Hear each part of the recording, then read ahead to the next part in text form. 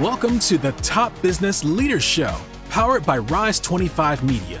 We feature top founders, executives, and business leaders from all over the world.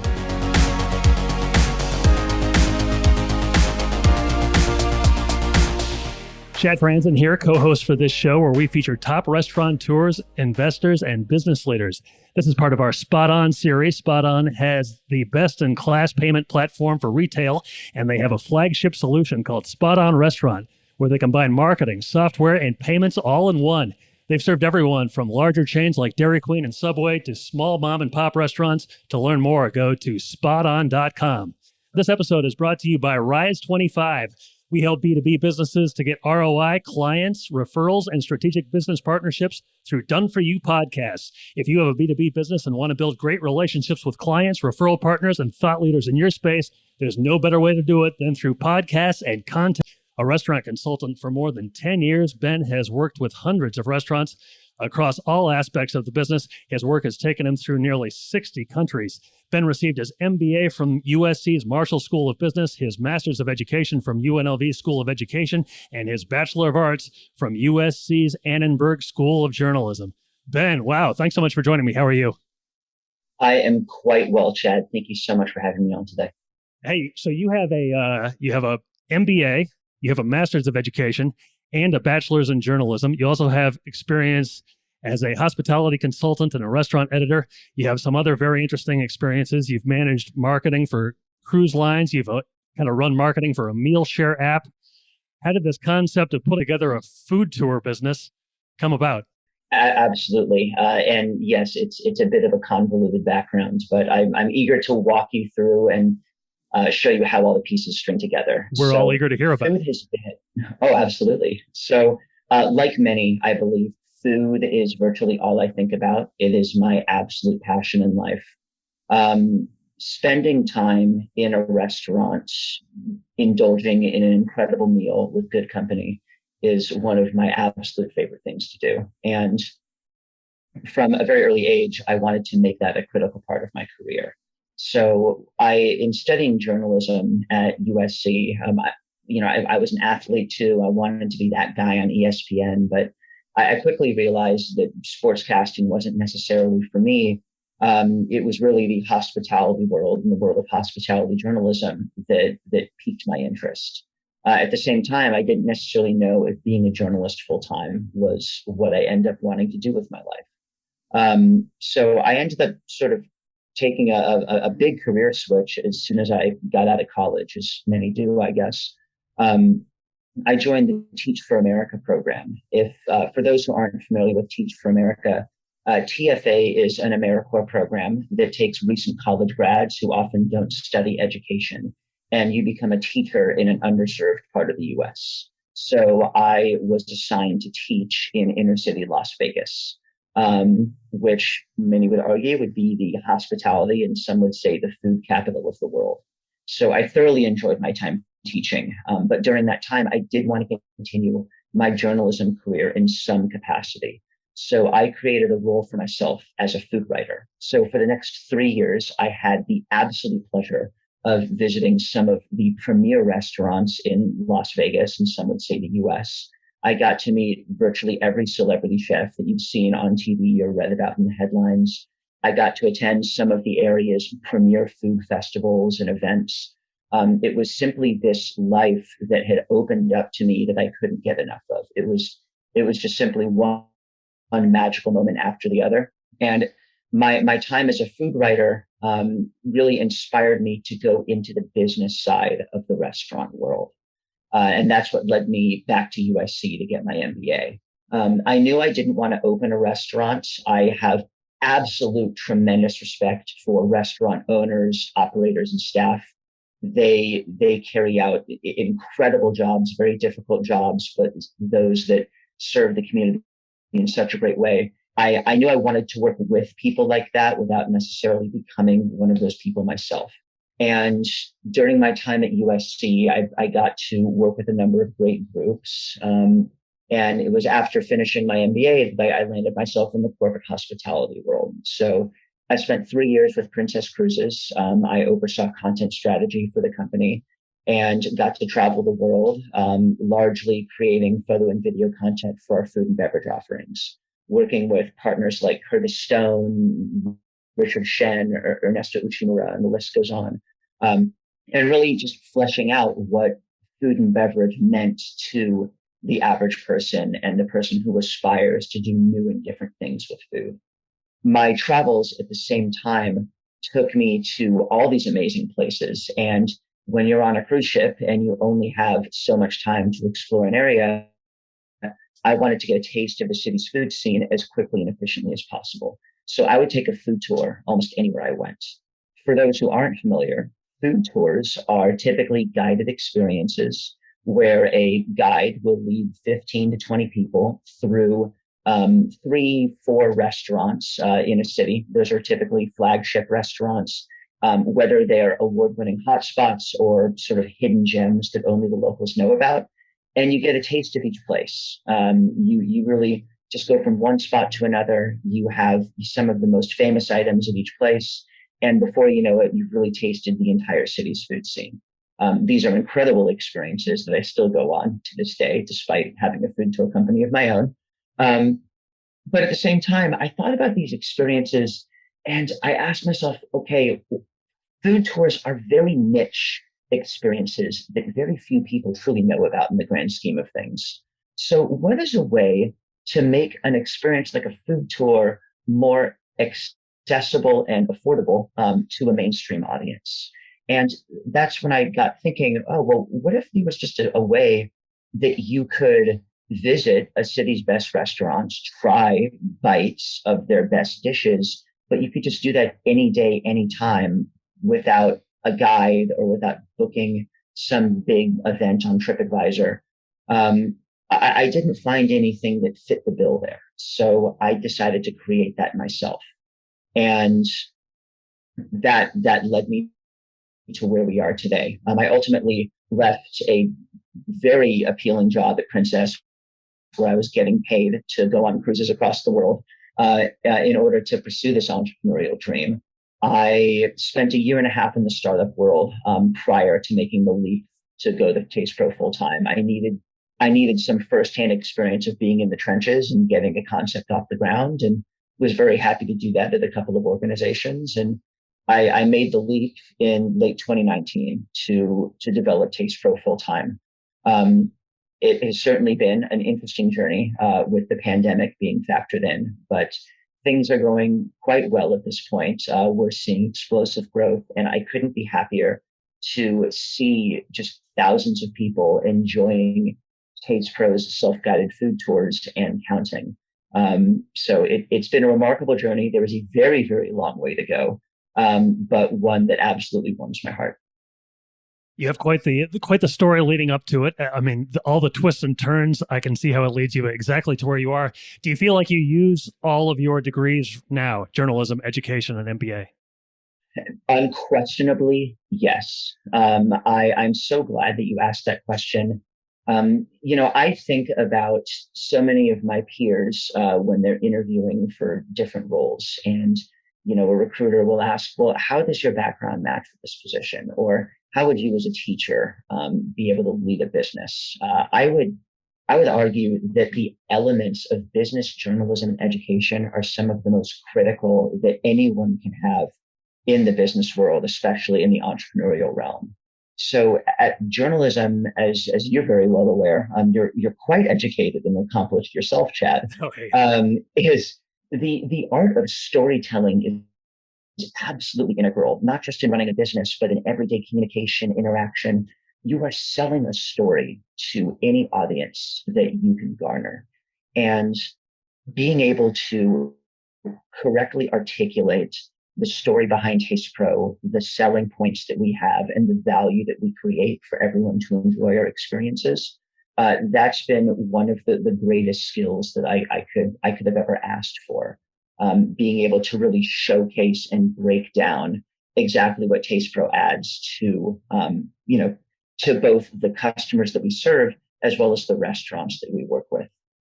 From an educational standpoint, one, jumping into Teach for America, there is no job I could have had post-college that would have allowed me to lead 200 people a year out of school. And granted, my teams were between 6 and 13 years old, but at the same time, being able to get that leadership experience at the very beginning and understand how to manage people, and that every organization, no matter how big or complex it is in fact made up of individual people with their own individual needs and motivators, and understanding how those play into their performance and how you can orchestrate them and have them all come together and have a team be united to work under one central mission. That is, I mean, that's core to the business world. It's how I grew my team at TastePro. It's how I'm able to standardize and make our operations smooth and efficient. It's how I'm able to effectively lead meetings and communication with my restaurant partners and other business partners. I couldn't be more thankful for it. And then, of course, getting an MBA, just being able to speak the language of business, being able to not just think of a cool idea, but understand how to get that idea off the ground from a marketing standpoint, from a financial standpoint, and then how to grow it and nurture it from an operational standpoint.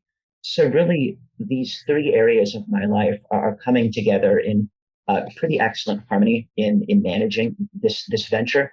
Not to say that it's easy, but what I will say is that I don't know where I would be if I didn't have any of these three pillars behind me. They've allowed TastePro to reach incredible heights and have not just made it a great business that's serving Southern California, but have positioned TastePro to scale to become an international enterprise.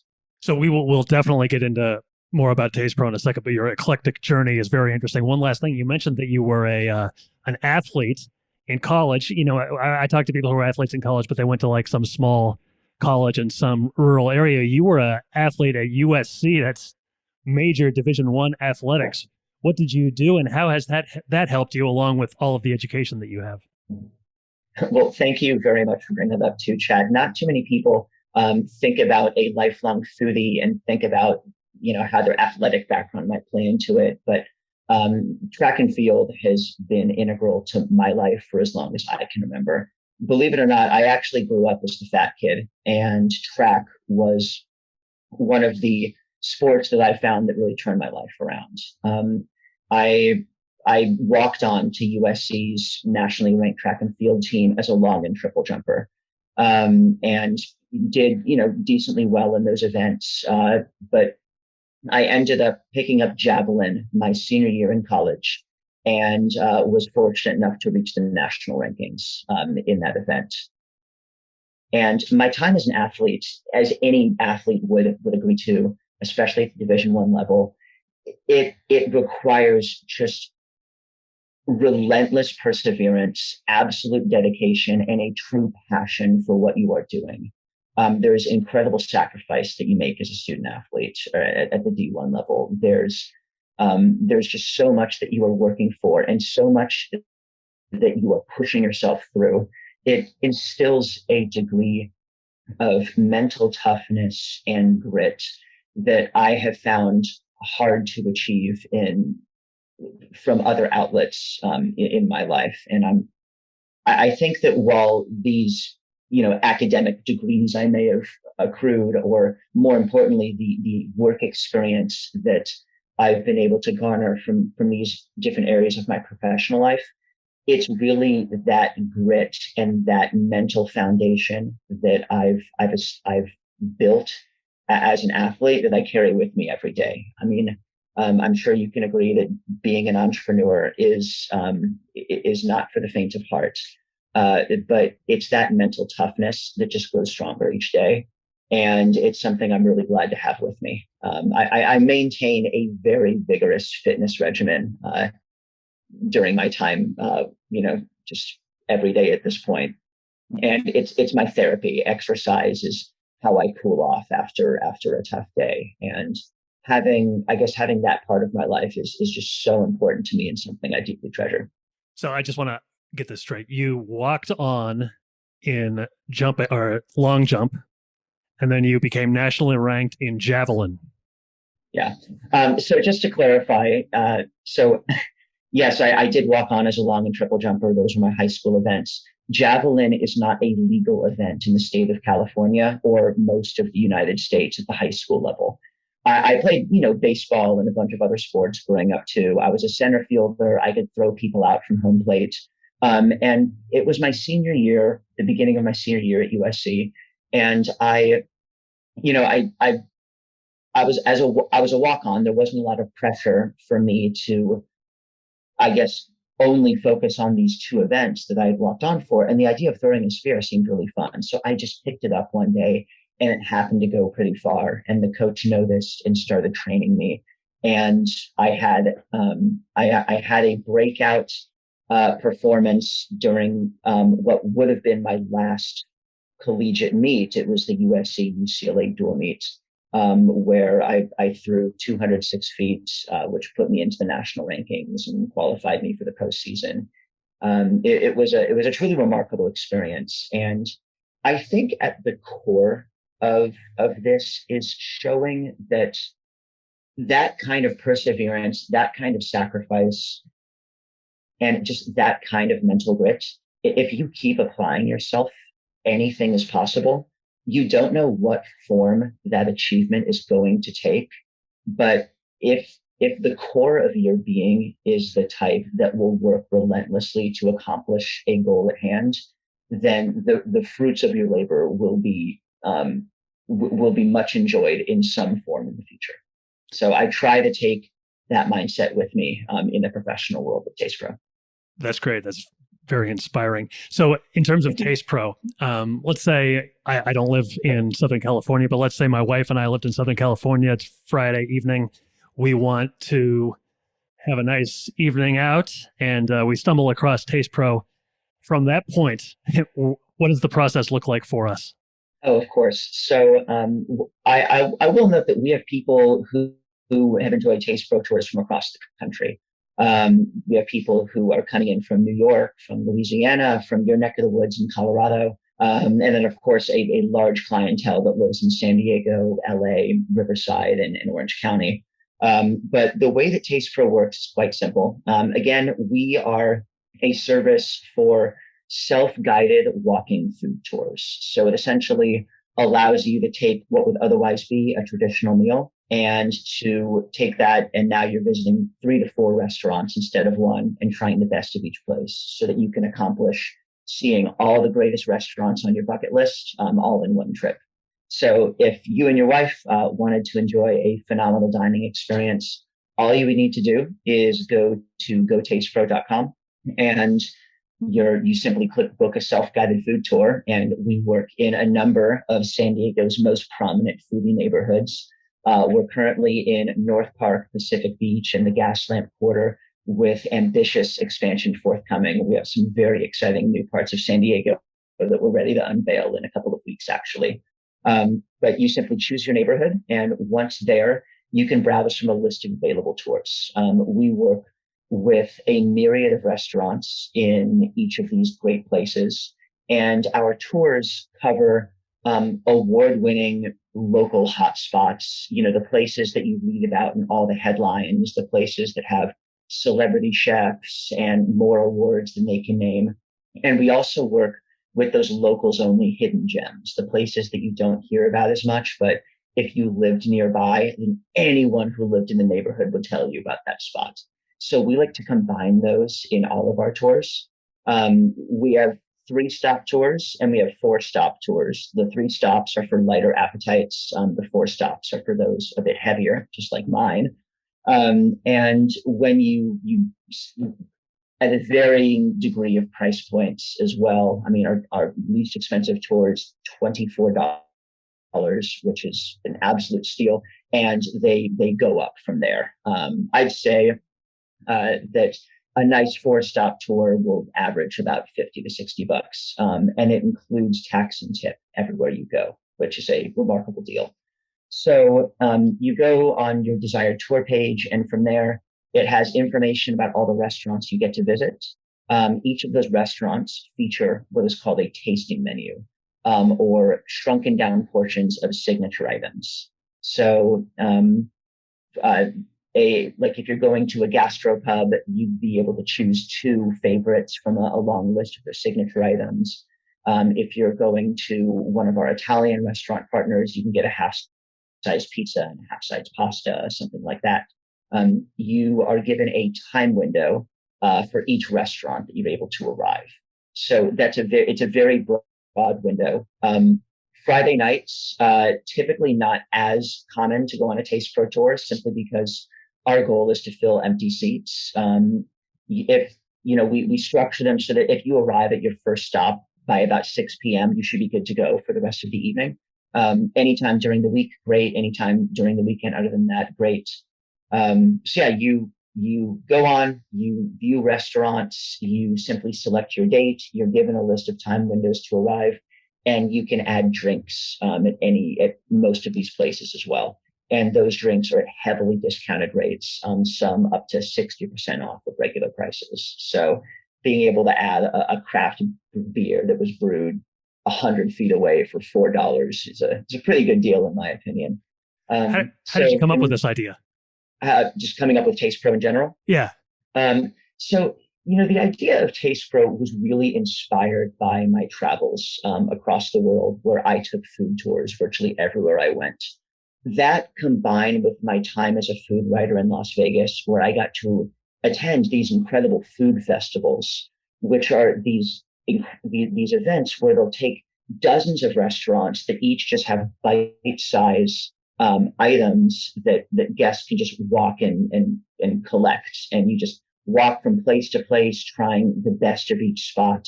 So being able to merge those two amazing experiences together and make it so that they didn't just need to be reserved for special occasions. They didn't require a lot of planning. Really, to take extravagant experiences like this and making them as simple to book as a standard restaurant reservation was a concept I deeply wanted to turn into reality. And that's how TastePro was born. You said you partner with a myriad of restaurants. What about your service is appealing to those restaurants? Yeah, so supporting local restaurants is an absolute fundamental pillar of TastePro. We are a small business ourselves, and having worked with independent restaurants for my entire professional career, I just have such tremendous respect for everything that they do and sacrifices that they have made to keep their entrepreneurial dreams alive. So our sell to restaurants is that we fill empty seats. So pertinent to your note about going on a TastePro tour on a Friday night, if a restaurant is typically already full during a peak period, like a Friday or Saturday night, then they can block off those hours from TastePro guests. The reason is that TastePro guests naturally aren't spending as much at that restaurant as a full paying guest would. So we want to make sure that they're able to profit as much as possible. At the same time, we want to bring new people in through a restaurant's doors that wouldn't have found them otherwise. I have held hundreds of customer calls at this point, just to survey, our customer base to see what they like about TastePro. And some of the most resounding responses are that people love going to places they never would have otherwise discovered. It really lets them explore and have this incredible adventure, whether it's in a new part of town or in their vacation destination. So we love being able to deliver that value for restaurants. And in some cases, believe it or not, we had a couple who they went on a TastePro tour in North Park, which is just north of downtown San Diego. At the time, they were living in Los Angeles and they were contemplating a move. They enjoyed their TastePro tour so much that they decided to move to North Park. And they now live about a half a mile away from the restaurants they visited. And one restaurant in particular, Encontro, they go there on a weekly basis. And Encontro's gotten a lifetime customer because of TastePro. And that's only one that I know about because they went out of their way to tell me. I can only assume that there have been many other visits. I would say that statistically, about 80% of our customers are likely to go back and visit at least one restaurant on their tour for a full dine. So we're just really happy to be able to bring this business into each of our restaurant partners. And you established it in 2018. Is that about right? Yeah, TastePro was incorporated in 2018. It went through very rigorous development over the course of 2 years, where we didn't just develop the technology that makes TastePro what it is, but we refined our operations pertinent to our mission to supporting restaurants. We needed to make TastePro as simple as possible for restaurant owners as they could, because for restaurants, it's on the surface, it's a very different kind of experience. Customers are coming in. They aren't being given menus. They're ordering from their phones. They aren't getting full meals. They're going to leave. Most customers would leave hungry with the amount of food that they get. But when you're going to 4 places, obviously you're going to be full after it's all said and done. And then making sure that staff know how to verify TastePro tickets. If a customer, it's not often when a customer comes in and says, yeah, my food's already paid for, so here's what I'm going to get. So being able to make the process simple in a way that a restaurant staff member can clearly comprehend it and handle it was very important. Not to mention the high turnover rate in the restaurant world means there are new staff working in a restaurant just about every week. So making sure that someone can get onboarded very quickly was a big priority. So we spent the first 2 years or so really refining that process. What were some of the most challenging things about refining that process? I would imagine this is it's a pretty complex operation with a lot of moving pieces. What were some of the challenges that you particularly experienced? Yeah, so I imagine we'll get into the pandemic in a moment, so I won't even touch that. But I'd say that the most challenging piece of refining this process was condensing, like you said, this incredibly complex process on the back end and making it smooth, seamless, and simple on the front end in a way that would be properly digested, no pun intended, by a restaurant staff member in 1 minute or less. Because based on all of the ethnographic studies we did, we really found that a restaurant staff member had about a 1 minute attention span when a guest came in before just, I guess, taking things to a more complex level. So it just came through just incredible amounts of testing, and just this is where the education and the journalism background really came into play. Look, I taught first grade for a year, and I had to teach 18 students how to read. Being able to literally break down the word cat into its individual sounds. Now, extrapolate those principles and put it into the business world. So, okay, you're looking at this ticket that a TastePro customer has. What are each of the mental touch points that a restaurant staff member would need in order to truly understand how this process works? And then just making them simpler and simpler and putting it into language they understand. Being able to do that quite literally 150 times over was a very rigorous process, but it definitely proved worthy in the end, because now restaurant owners are finding that their staff have, it's as simple as can be. How did you sell your first? Were you successful in selling your first restaurant owner? It's one thing for you to say, now we put people in the seats, we have a proven process.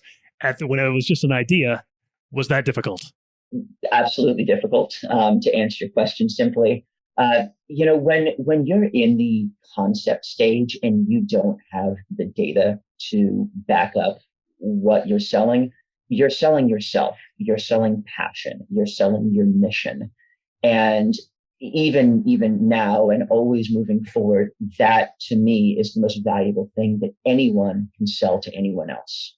And when we piloted in Los Angeles, where I was living at the time, and as I approached these restaurant owners, many whom I had dined with many times before, some who I hadn't, I think it's being able to truly convey that passion and that unrelenting dedication that you have to support their own mission and their business and boost their bottom line, but just to show them that I'm here for you. And this is my dream, in the same way that your restaurant is your dream.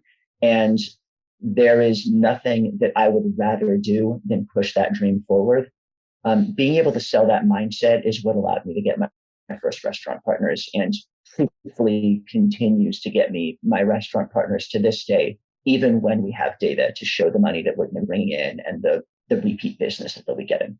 How did COVID affect you? And how has it changed you? So the TastePro launched, TastePro went live in the first week of March 2020. Yes, after 2 years, we had to shut down our operations within a week. So to say that the pandemic negatively affected us would be a gross understatement. At the same time, it did allow TastePro to move forward by leaps and bounds, both internally and externally. So during the pandemic, when restaurants shut down and thus TastePro's core business had to shut down, I had to go back to my central mission of supporting local restaurants.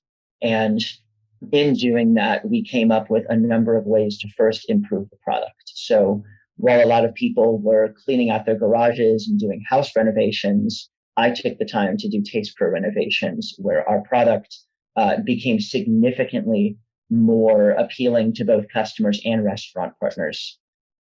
We offered things like our drink upsell, which we have now, where you can add drinks to your tour for up to 60% off. We went from a custom tour product where people could simply add restaurants at will and create their own tour, to creating these curated tours that feature these groups of 3 to 4 restaurants, because it makes the customer experience more seamless. And then in supporting our restaurant partners, we developed a charity program called Feed the Fight, where we raised money from our existing customer base, those who had found out about TastePro during its development. And we took the funds that we raised from them, we bought food from our restaurant partners, and then donated that food to hospitals and food banks. That program created quite a bit of media attention, and it actually grew our customer base quite a bit. And believe it or not, a new revenue stream from the company was born out of the whole thing, because the hospitals liked our food so much that they actually asked us to manage their lunch operations full time. So TastePro Catering is a completely new line of business that works with a very different degree of restaurants. But it's become a very strong revenue generator for the company, and ultimately kept the company afloat while restaurants continued to be closed for dining.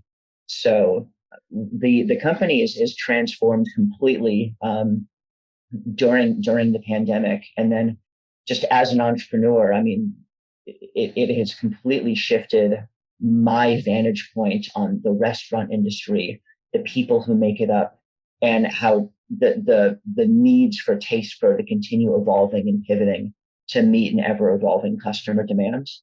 At this stage, restaurants, of course, are back open, and now we're facing all new types of issues. We have a staffing shortage. We have ingredient shortages. We have a number of obstacles that are preventing restaurants from operating at their full capacity. So TastePro continues to iterate, and being able to use that nimbleness and that, stop on a dime kind of mentality is what continues to allow us to move forward. It's that's incredible that you were able to, I think maybe I would have, or most people might have just shut it down. Like, well, okay, well, forget this. Once COVID hits and you've only been active for a week or whatever, but you not only survived it, you implemented new revenue streams. That's incredible. You're based in San Diego, but you said other people utilize TastePro. Do you have future plans maybe for expansion or other things? Unquestionably. So as it stands, people who are traveling to San Diego love using our service. But TastePro's plans are certainly to expand throughout Southern California at the beginning. Orange County and Los Angeles are huge targets. We're looking to move up into the Bay Area as well. And then really, going across the country. We have our eyes set on Portland, Seattle, Las Vegas, Miami, New York. The beauty about TastePro is that it is completely scalable. These are self-guided food tours. There do not need to be boots on the ground for our experiences to be enjoyed. Of course, we want to make sure that our restaurant partners are happy and that each market has, a different type of audience and different marketing channels that they need. But TastePro can truly be scaled to become not just a national enterprise, but a global enterprise. So I'm very eager to take my first TastePro tour in Paris, in Tokyo, in Beijing, or London, what have you. It's a model that can be taken anywhere and everywhere, and I'm very excited for more people to be able to enjoy our dining experiences in that way. Yeah, that's exciting. I wish you the very best. Final question. We're big fans of gratitude and want to allow you to publicly acknowledge people who have been influential for you. Who are some people in the food or hospitality industry that you particularly appreciated their guidance or advice? Well, the first people that I absolutely need to thank are my family. My mom and dad, Richard and Ellen, are just, they've been there with me through the peaks and the valleys, being with me through the tough times that TastePro's gone through during the pandemic. So mom and dad, thank you so much. To my incredible life partner, Miranda, you are everything to me. You have seen the best and you have seen the worst and everything in between. I couldn't be more thankful to have you in my life. So family always comes first. And of course, within the industry, I just have such incredible mentors. Bob Barnes, my editorial director at Las Vegas Food and Beverage Professional magazine, you were the one who allowed me to first pursue my dream in food writing and ultimately inspired me to be where I am today. So thank you, Bob, and to the late Mike Fryer, the founder and editor-in-chief of the magazines that I wrote for.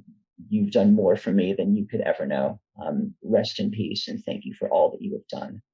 To my restaurant partners, Jason at Encontro, Garrett at Crazy Burger, Patrick at Meze Greek Fusion, Debbie at Mr. Frosty, been around since 1949. My goodness, just all my incredible restaurant partners, like you are my professional family, and TastePro will be nothing without you. Thank you for fighting throughout this pandemic and for doing everything it takes to keep your entrepreneurial dreams alive.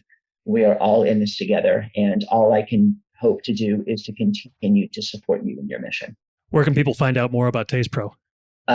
We are available on gotastepro.com. We are a mobile-enabled website. We are not a custom app at this point. But anyone who would like to find out about TastePro, just visit gotastepro.com. We are also at gotastepro on all social media channels. Hey, I really appreciate your time, Ben. You've got a great story and a great concept, and I wish you all the luck in the world moving forward. Thanks so much.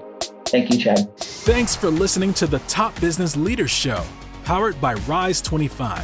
Visit rise25.com to check out more episodes of the show and to learn more about how you can start your own podcast.